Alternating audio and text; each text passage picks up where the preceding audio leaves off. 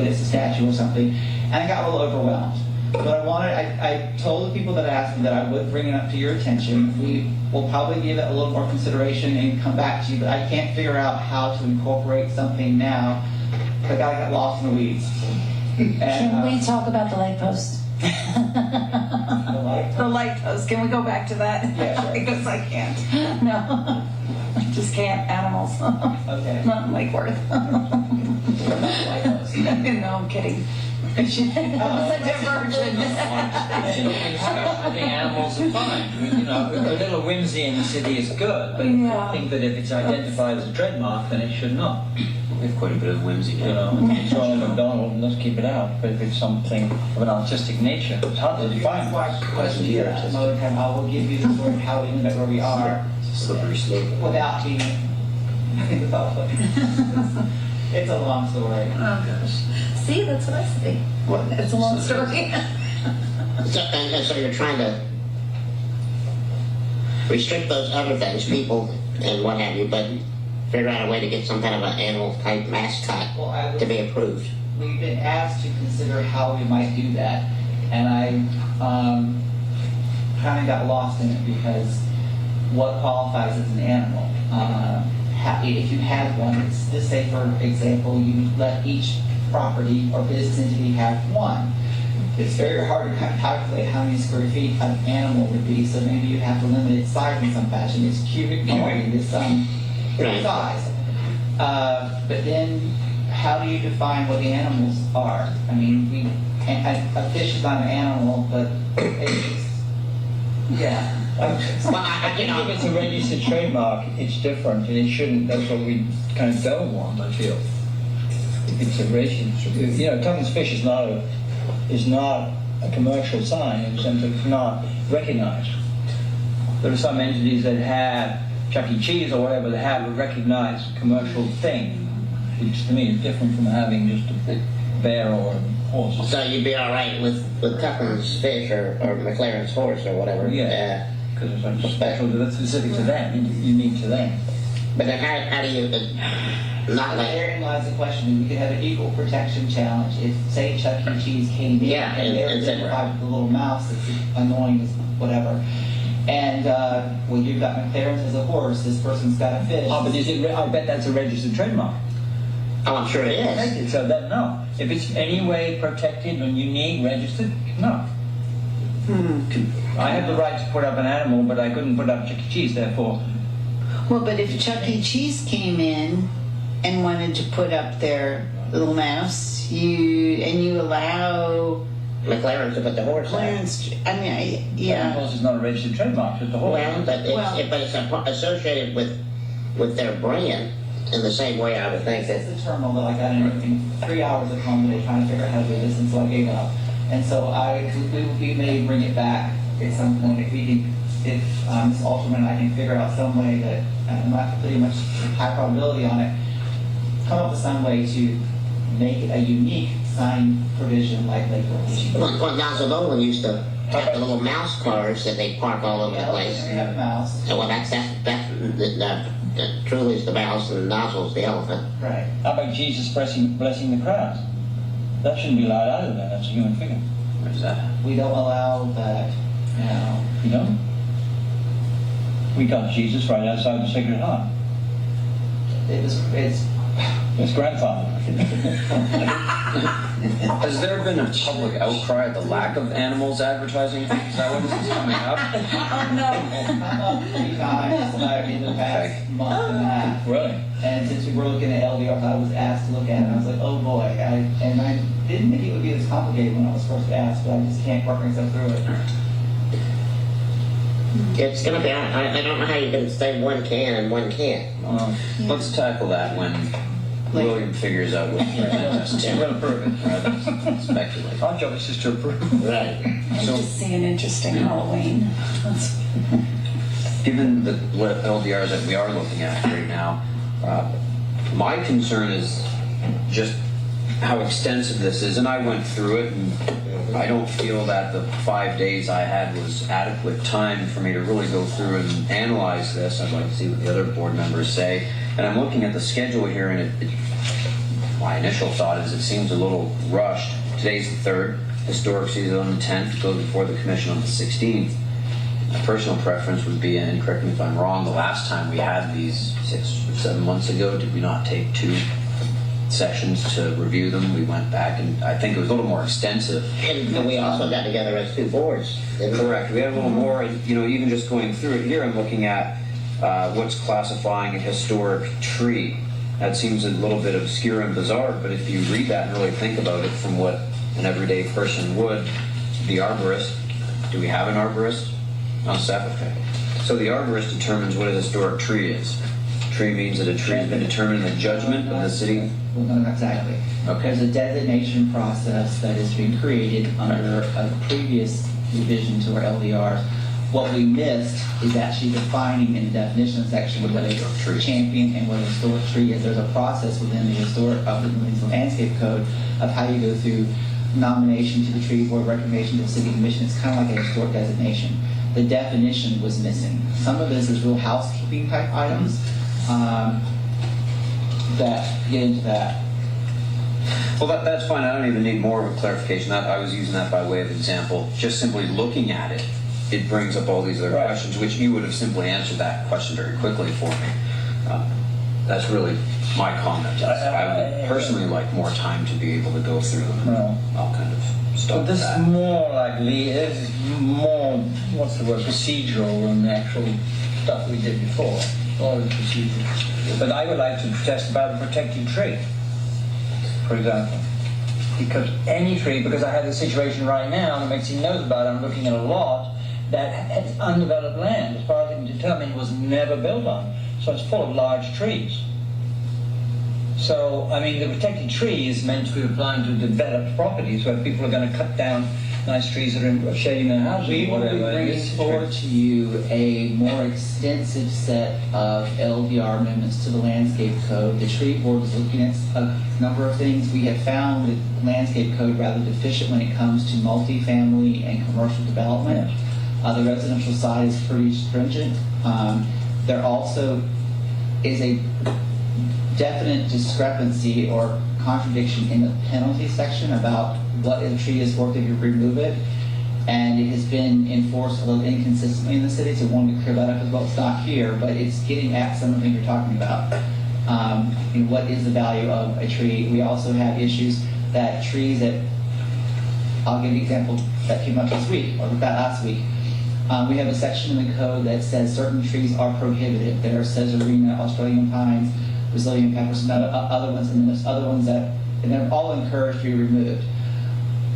In the past, because they were trees, they fell into the protected, it was interpreted they fell into the protected tree section, so when you remove one, you had to replace it caliper by caliper and a bunch of other things. And I said, you can't have a prohibited tree also be a protected tree. It in and of itself doesn't make any sense. So we're going to be bringing forward some clarifications on that, and there may be some trees that are considered now invasive or prohibited that might have a new classification. There are trees that we kind of like in Lake Worth. Yeah. We don't want to make you take them out, but we're not going to let you plant new ones. So when you have a development coming in and say it's covered with these trees, there may be a middle ground process by which you may not replace it caliper by caliper, but you may replace it half or something. And we're looking at that. And we may move, there may be recommendation to move some trees that are considered prohibited now into a class that allows them to be considered protected. And you can do that even though the county says otherwise, right? We can't trump the county necessarily. Right. What about, is it true that fruit trees are not considered trees for plan for replacement? If I plant fruit trees, they're not considered to be trees. That's something else you want to look at, because the original change to the code, which was done in 2010, gave points for, I believe it's small and large trees. It didn't provide a definition of what a small, a medium, and a large tree are. Certain kinds of fruit trees would fall in that category. However, we don't necessarily want to give more points to fruiting trees because they do become a little bit of an issue on rental properties, multifamily properties, or commercial properties, but they would be allowed on a residential. So that distinction needs to be made. Can we substitute fruiting trees for the shade tree, and I think that's probably appropriate. However, Right now, you can't. the way you maintain fruit trees is often in violation of our non-pruning section. Because I know that it would be considered hat wrecking what I've done to my mango tree every 7 or 8 years, but it seems to like it. If anybody wants mangoes, I've got bucket loads of them. Whereas that treatment to another type of tree would really be inappropriate. I understood you couldn't use a fruit tree to replace a tree. In which case, if I cut down a mango, it doesn't count as a fruit tree. But that's not true, right? We're going to clear up that confusion. Fruit tree is not a tree. If I cut a mango. But not cut it yet.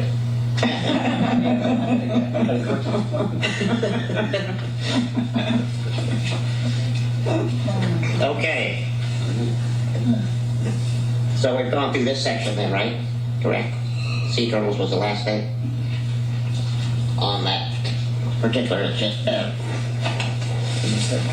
So do we have a motion to, even though it's rushed, approve the Recommend to the commission? If, I guess, now will these go in front of the HRPV board too? Okay. So we don't know what they're gonna. And we have taken, there have been maybe 1 or 2 instances where the recommendation from you and the recommendation from the planning board, preservation board were not exactly the same, and it was worked out at the city commission. So you can see that there are some questions even amongst this board. I can imagine when you see the guys next week. Some of the things. If you have more questions, I mean, I was told I was going to be here a little late, so. I have a question. I wrote it down. The sea turtle, is that going to require the buildings that are there at the beach to change their glass? No, what's there now already meets the light transmittance required by the state. Okay. We can't have a requirement that's actually less than the state. We can have one that's more. This one does not provide one that's more. Okay. And remember, what the sea turtle ordinance really does is it requires that they be shielded and away from the beach to protect the turtle. It doesn't say you can't have lighting or anything else. It's how you position it and how you shield it so that you're not attracting the turtles. And so it really is not as a prohibition or anything like that. It's just to protect the turtles, as we said. But I thought the later thinking is that it doesn't not only lights the beach, the whole inland is also not good for turtles. And that's the dark sky. Yes. It's called like the dark sky, it's a separate action. We're going to be ahead of the curve on some things on this. So.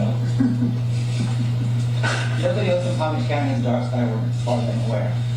We will be the first to pull it off. Not even the acreage? They're just dark. That's the I've been out there. It's beautiful, but it's a little weird trying to find our way around.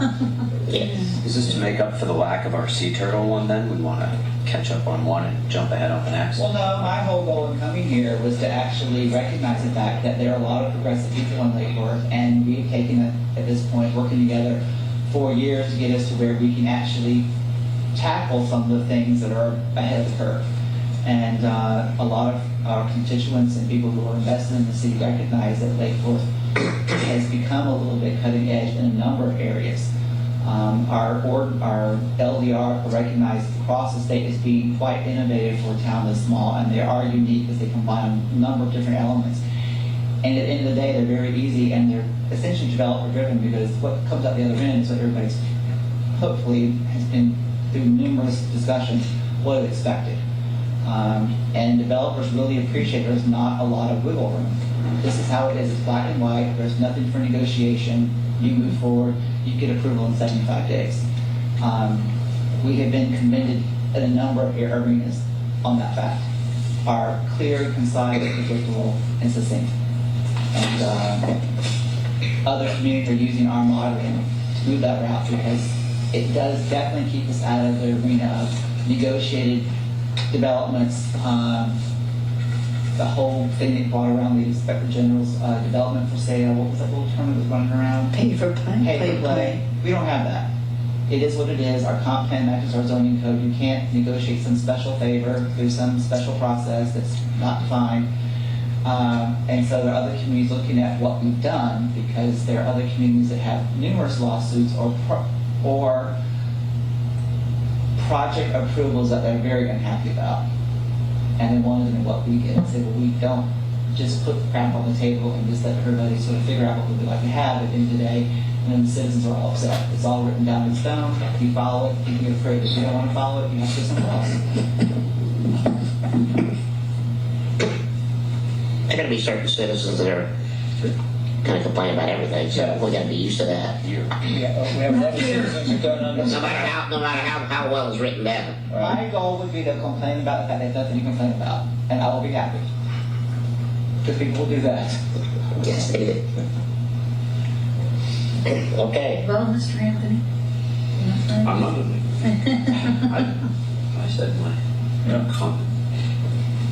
Would anybody like to make a motion to accept this? Or I'll move to recommend PCB HRPB 15-029000001, PCB HRPB 15-0290002, PCB HRPB 15-0290003, proposed amendments, Chapter 23, Land Development Regulations of the Lake Worth Code of Ordinances.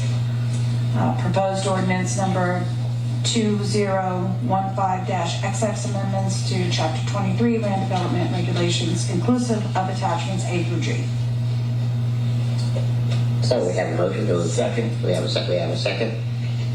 Any more discussion on the motion as read? All those in favor? Aye. All those opposed? Thank you very much. Thank you for your consistency.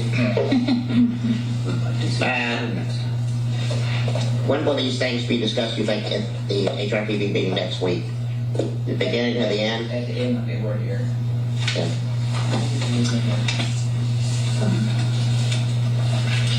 Okay.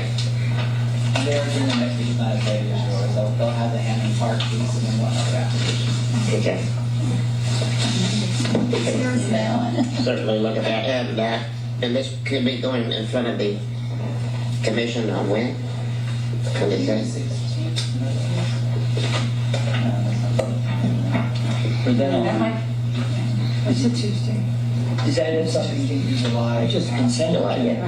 Just It's a consent. consent, yeah, but They won't. things can be pulled. Things can be pulled off the consent agenda. Okay.